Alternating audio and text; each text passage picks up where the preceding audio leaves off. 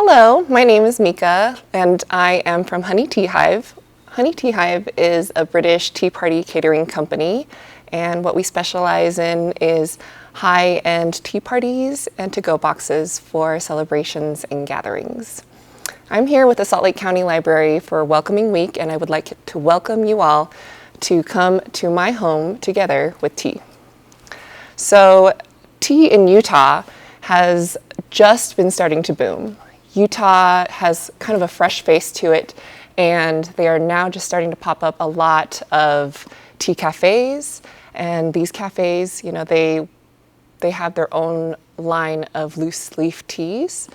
There's pet cafes where you can pet cats, and there's even some Taiwanese bubble tea influence, which is a cafe where you go in and you select your choice of milk, sugar, and toppings to add into it as like a tea cocktail. In the 1600s, China decided to export tea to the rest of the world, and places like Australia, the Americas, and Europe were able to experience these flavors that they made through the processing of oxidization, withering, steaming, and even fermenting. My favorite take on tea today is Great Britain's tea, where they incorporated a lot into their culture through afternoon tea. Afternoon tea to me is really special because it's a time of day where you get to sit and enjoy a cup of tea with some of your close friends, and you get to pair it with scones and little sandwiches and desserts.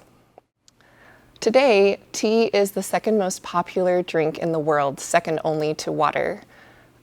A lot of the teas that are made that are really popular that you know of are black teas, green teas, pu'er teas, and oolong teas. And all these teas, they come from the same plant, the Camellia sinensis plant.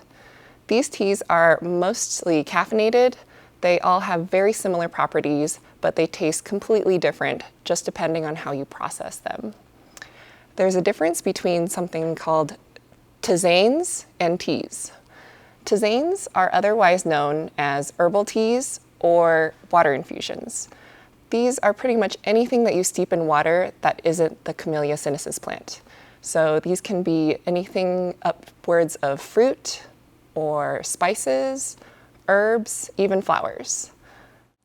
Tisanes have a lot of naturopathic properties, and that is a reason why a lot of people really like to drink them. They can help with things like headaches, digestion, or even insomnia. So my family, we prefer to drink tea at home the Taiwanese way, and I grew up with tea with my parents having friends over or going to friends' homes and brewing pots and pots of tea, just talking all night. And I like to take personally today a more British approach on how to brew tea. And so I would love to share with you some of my 5 golden rules on how to make the perfect cup of tea. Rule number 1, always use fresh filtered water. They say water is the mother of tea. And because you use so few ingredients in tea, using high quality water is extremely important to creating a really delicious beverage. Rule number 2, always make sure the temperature of the water is correct. Black leaves and tisanes require a lot hotter water, typically between 200 degrees to boiling. Green tea and white tea leaves are a little bit more delicate and require 160 degrees to 190 degrees. It is possible to burn tea leaves, so be careful about the type of tea leaves and the temperature that you're using. Rule 3, always use good quality tea leaves. A good quality tea leaf can be graded in 3 different categories: broken, fanning, and dust. You'll be able to tell the difference of the tea taste based on how good the quality of tea leaf there is. Rule 4, make sure you have a good tea to water ratio. Typically, I like to use between 1 to 2 teaspoons of tea leaves per every cup or 8 ounces of water. And rule number 5, always make sure you know how long you're steeping your tea for. time is extremely important when steeping tea leaves as they can be sensitive. Typically, I like to steep tea for about 3 to 5 minutes. Oversteeping tea will cause bitterness and tannic flavors. As owner and founder of Honey Tea Hive, I have a few tidbit recommendations for you to brew the perfect tea at home. First is to warm up your teapot. If you warm up your teapot, then you'll be able to have hot tea for a longer period of time. Second, if you're going to make iced tea, instead of using sugar, use a simple syrup, as granulated sugar doesn't melt in cold water very easily. And third, if possible, try to pair your tea with some scones, cream, and jam.